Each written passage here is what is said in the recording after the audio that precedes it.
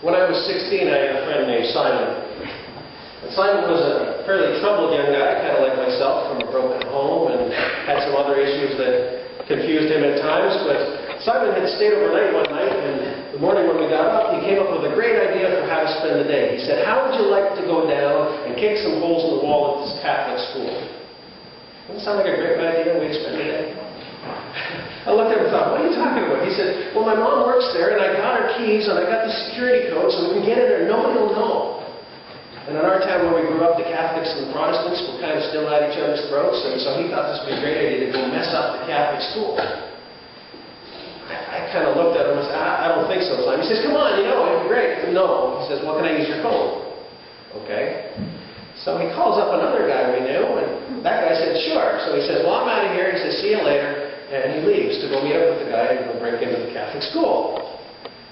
And I found myself with a little bit of a dilemma, because I'm thinking, this is a bad idea. He's going to get into trouble. It's a bad idea because it's the wrong thing to do. And now I know about it, so what am I supposed to do, right? So I did what every smart 16-year-old does. I went and asked my mom what to do. And I thought, Mom will figure this out. I'm just going to go tell her Simon's going to school. We've got to do something. What should we do? And I said, "Mom, here's the deal. Simon's got his mom's keys. He's going down there. What should we do?" And my mom looked at me. She said, She said, "What do you think we should do?" "Come on. I want off the hook. I don't want to decide. This guy's one of the few friends I had at the time. I wasn't happy with him, but I didn't want to lose a friend."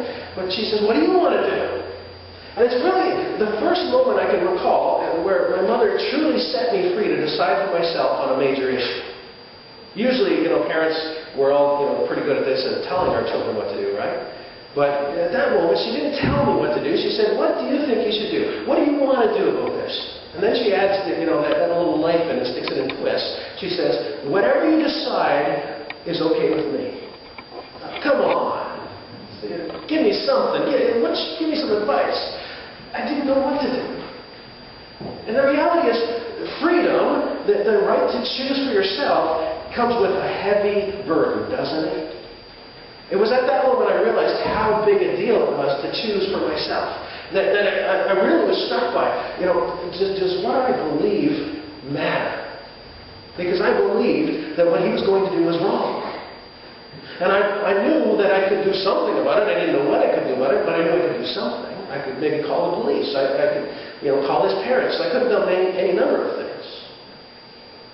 But I realized the pressure, the burden, the freedom of that moment. When somebody says, "You decide."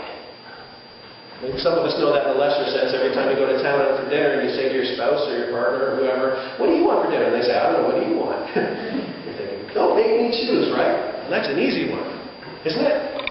That's an easy one. I found out the solution for that is just tell your wife this is what you're thinking, and then she can say yes or no. It's usually easier. Just have a list. And start with the thing she hates most, because then she'll take the next thing, whatever it is. God's grace is kind of like my mother saying, "You decide." What Jackie was alluding to with her story there, what a great way to tell that story, is that God's grace, in a way, it really is a get-out-of-sin-free card. Because God's grace is so big.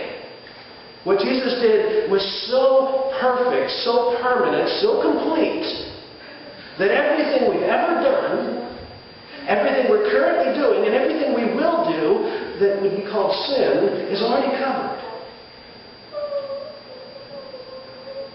We really do have the opportunity to decide for ourselves, because of Jesus' sacrifice on the cross, to decide for ourselves what we will do and how we will live. God looked at us and said, "I forgive you. Now you decide." The Corinthian church took that idea a little bit too far as the problem. The city of Corinth was notorious for being the city dedicated to Aphrodite, the goddess of love.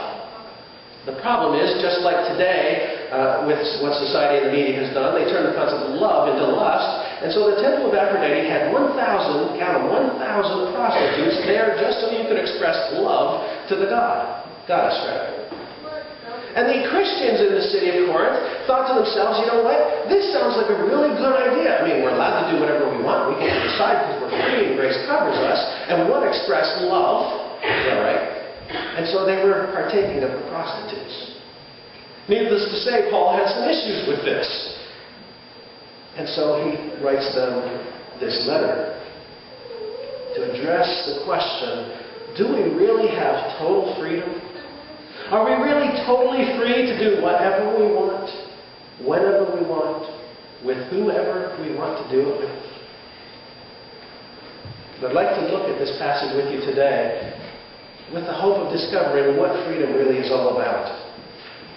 Paul starts in an interesting place. He starts by affirming the very freedom that Jackie reminded us of and that the Corinthians themselves believed they had. He says, everything is permissible for me.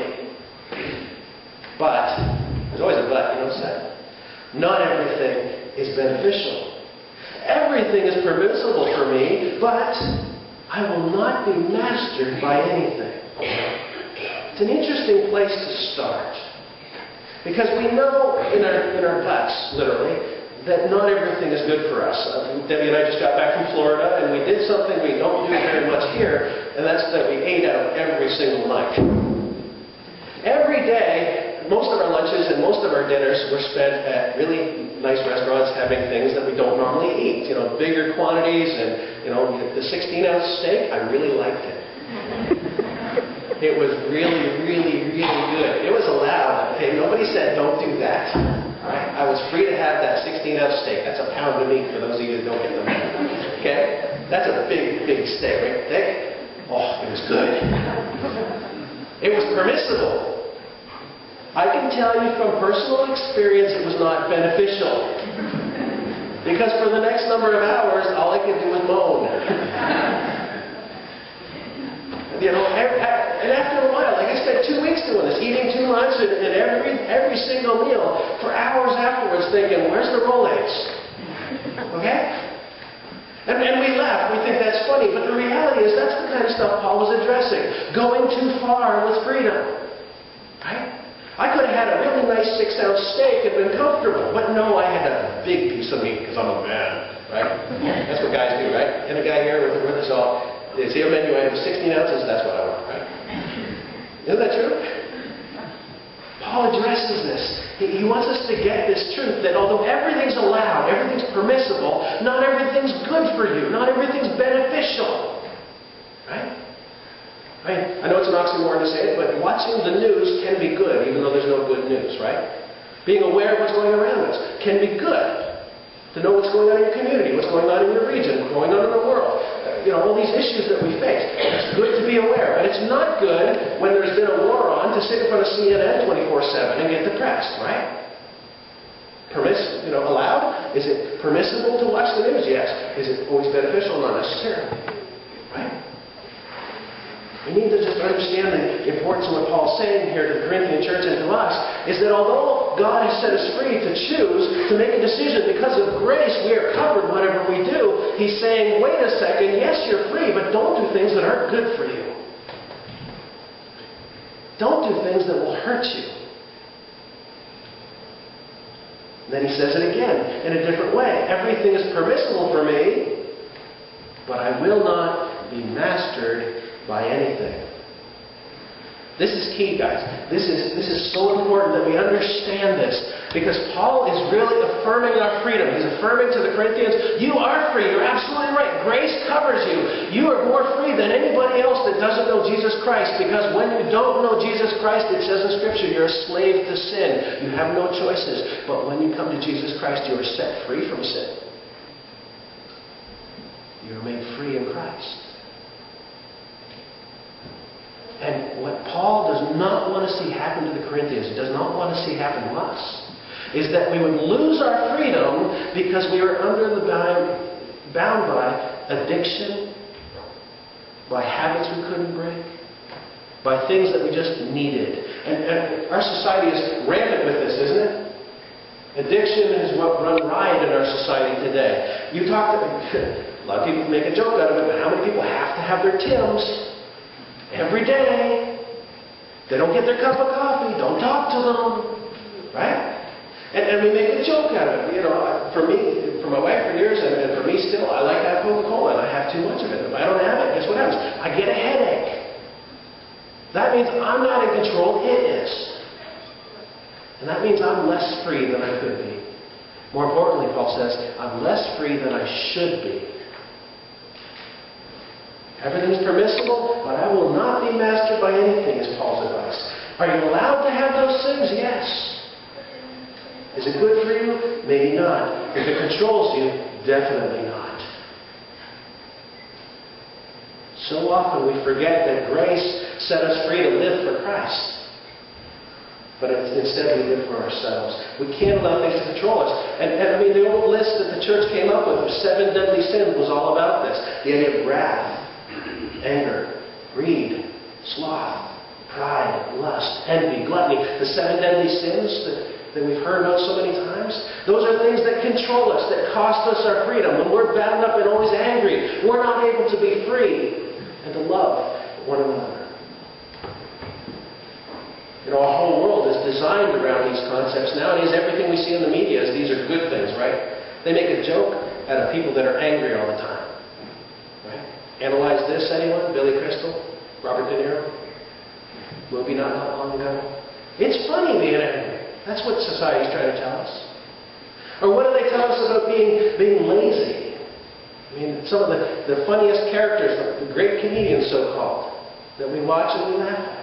Their main characteristic is they sit lazy on the couch all day watching TV. And we see this stuff celebrated. Never mind lust, which you can't watch a TV show now without seeing sex outside of marriage. Without seeing them hopping from bed to bed to bed. And we don't talk about this stuff. We don't want to talk about it because it's funny. Because it's our entertainment. It's not meant to be taken seriously. That's what society wants us to believe, isn't it? Well, the city of Corinth was saying the same thing to the Corinthian church. The culture was just like today in that it turned love into lust. 2 Peter, the Apostle Peter warned us of this very thing when he said they promise freedom while they themselves are slaves of depravity.